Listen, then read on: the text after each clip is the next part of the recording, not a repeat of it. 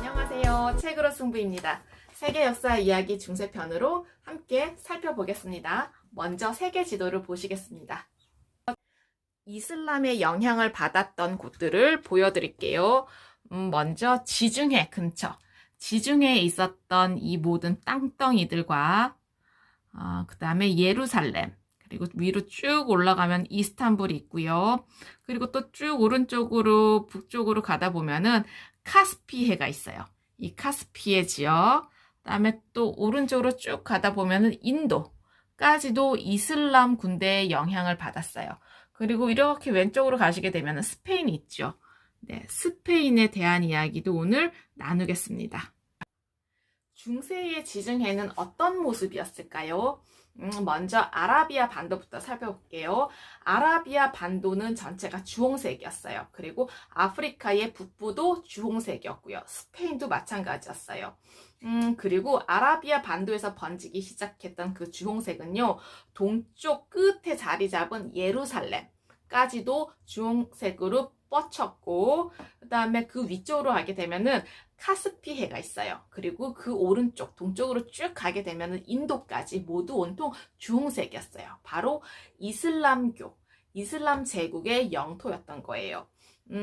로마 제국이 번성했을 때보다요, 중세 이슬람 제국이 훨씬 컸어요. 그 이슬람 교도의 전사들의 소원이 모든 문명의 세계를 이슬람교로 만들어버리는 거라고 해요. 그러다 보니까 기독교 지도자들이나 기독교인들은요, 이슬람 군대를 무척 두려워했어요. 왜냐하면 이슬람 통치자들이요, 기독교도들을 예루살렘으로 올 수 없게 만들었거든요. 예루살렘은 이슬람 교도들의 성도이기도 하고요. 유대인들의 성도이기도 하고요. 그 다음에 기독교도들의 성도이기도 해요.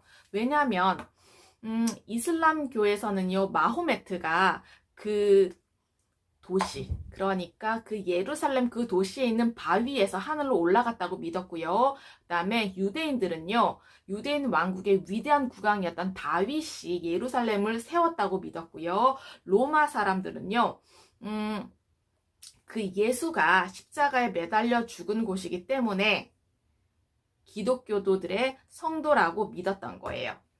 실제로 기독교도들은 그곳을 방문하는 것을 일생일대의 아주 중요한 일로 생각을 했는데, 필그림, 그러니까 순례자라는 뜻으로 신에 대한 믿음과 헌신을 갖고 그것을 증명하고 이 사람들이 지었던 그 죄를 씻기 위해서 꼭 찾아야 한다고 생각을 했습니다.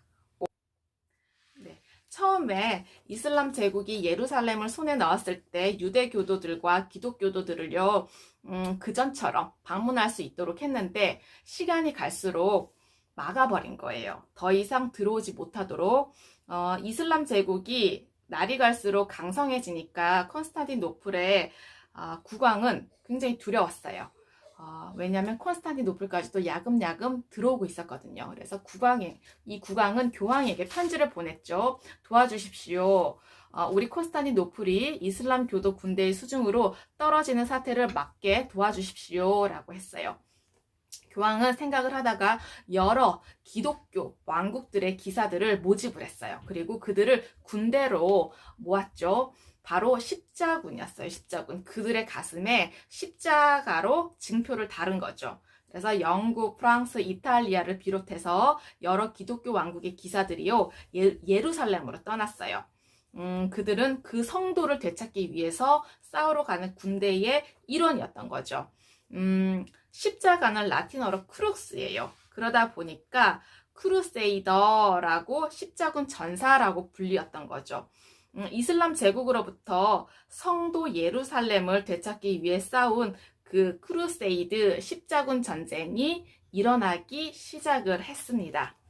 이슬람 제국과 맞서 싸우기 위해서 예루살렘으로 간 십자군 전사들이 이슬람 군대를 기어이 물리치고야 말겠다고 다짐을 했죠. 그런데 전쟁이 끝이 보이지 않았어요. 굉장히 오랜 시간을 그 이슬람 국가에서 보내야만 했죠.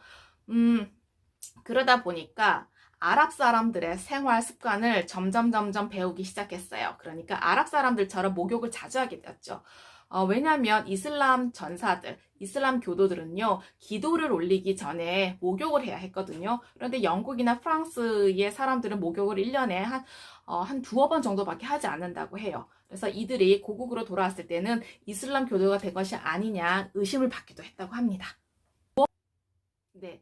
교황이 기독교 기사들에게 예루살렘을 되찾아야 한다고 호소를 하자 유럽 여러 나라의 귀족과 기사들이요 군대를 조직을 한 거죠. 이 기사들은 콘스탄티노플까지 배를 타고 가고요. 거기서 육로로 예루살렘까지 진군하면서 가는 데는요. 그러니까 2년이 걸렸어요. 그러니까 콘스탄티노플에서 예루살렘까지 가는데 2년. 그리고 그 예루살렘을 점령하는데 3년이 걸린 거죠. 굉장히 오랜 시간을 이 예루살렘을 점령해서 차지하기 위해서 5년이라는 시간이 걸린 거죠. 그러면서 이슬람 교도의 전사들을 사라센이라고 해요. 사라센인들과 그동안 사이좋게 지내려고 노력을 했고요. 십자군 군주에게 충성을 바치겠다고 하는 사라센인들, 이슬람교의 병사들이 나타난 거예요. 그리고 그들이 땅과 재물을 십자군에게 바치기까지 하고요. 사라센 여자들과 십자군 군사들과 병사들과 결혼하기도 했어요. 사라센인들과 십자군 전사들은요, 한동안 전쟁은 하지 않았지만 그렇다고 평화롭지는 못했어요. 많은 십자군 전사들은 이슬람 교도가 참신앙의 적이라고 말했던 교황의 얘기를 기억하고 있었고, 이슬람 교도들은요, 십자군 전사들이 예루살렘을 점령할 때 저질렀던 그 온갖 만행을 기억하고 있었기 때문이었습니다. 네, 이제 예루살렘은 십자군 전사들이 장악하고 있었어요. 그러다 보니까 사라센인들, 이슬람 병사들이 예루살렘을 다시 되찾으려고 애를 썼겠죠. 예루살렘에서 가까운 작은 왕국을 공격을 해서 그곳에 십자군 군주를 물리치기도 하고 그러면서 지속되었던 거죠. 십자군 전사들과 사라센 병사들이 계속 전쟁을 했었는데요. 이것을 2차 십자군 전쟁이라고 해요. 이것은 십자군 부대가 패배하게 되었어요. 왜냐? 사라센인들은요, 살라딘이라는 위대한 전사가 있었거든요. 그러다 보니까 이 살라딘이라는 전사가 대담하게 공격을 하고 그 준비를 하고 실행을 했기 때문에 예루살렘을 다시 찾을 수가 있었어요. 십자군 전사 출신인 예루살렘 왕국의 귀왕이요, 살라딘 군대가 오고 있다는 소식을 듣고 모든 부하들을 모아놓고 의논을 했었어요. 그런데 판단 미스였어요. 판단 미스. 뜨거운 날에 십자군 병사들이 그 사라센 병사들을 맞이하게 된 거죠. 굉장히 불리했겠죠. 예루살렘은 무방비 상태였는데 살라딘이 군대를 이끌고 왔고, 그러다 보니 이슬람 병사들이 승리하게 된 거죠. 세 번째 십자군이 예루살렘을 되찾으려고 했지만 살라딘의 길을 꺾을 수가 없었던 거죠. 그 뒤에도 5번이나 십자군이 더 출정을 했지만 이슬람 제국의 땅을 좀 다시 찾아보려고 애를 썼지만 결국에는 어느 부대도 성공할 수가 없었어요. 십자군 원장은 이슬람 제국으로부터 영토를 되찾는 방식으로는 별로 신통하지 않았던 거죠. 네, 이슬람 제국이 세력을 계속 확장해 나가고 있었죠. 그런데 스페인에서는 이 기독교 왕국들이 이슬람 교도의 지배에서 벗어나기 위해서 애를 쓰고 있었어요. 그리고 마침 승리를 한 거예요. 스페인의 재정복 시기라고 불러요. 알 안달루스 왕국에는요, 이슬람 교도가 통치를 하고 있었는데 유대교와 기독교인들에게 좀 평화로운 편안한 통치를 했어요. 그런데 십자군 전쟁이 일어나기 한 100년 전쯤에 알 안달루스 왕국의 새로운 왕이 즉위를 했는데 고작 12살이었어요. 그러다 보니까 스승인 알 만수르에게 통치를 맡겨버린 거죠. 그런데 이 만수르는요, 기독교인들이나 유대교들이 이 스페인 땅에 함께 있는 게 너무 싫었던 거죠. 그래서 차별을 했어요. 세금도 더 많이 매기고 그들을 내쫓기 위해서 뭔가 전략을 짰는데요.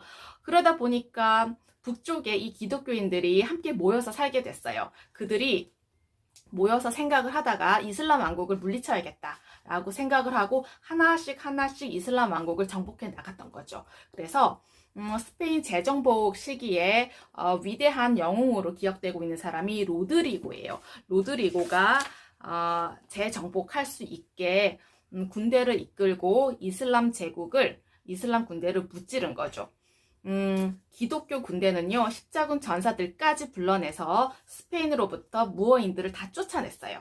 그래서 5개의 기독교 왕국이 스페인 전 지역을 차지하게 됐고, 남쪽 끝에 작은 왕국, 그라나다라고 하는 곳만 이슬람 교도로 남게 되었다고 합니다. 예, 드디어 스페인에서는요, 기독교가 재정복을 해서 승리할 수 있었습니다. 과거의 지혜와 지식을 통해서 현재와 미래의 삶이 좀 더 의미 있고 풍성해지시길 기원합니다. 감사합니다.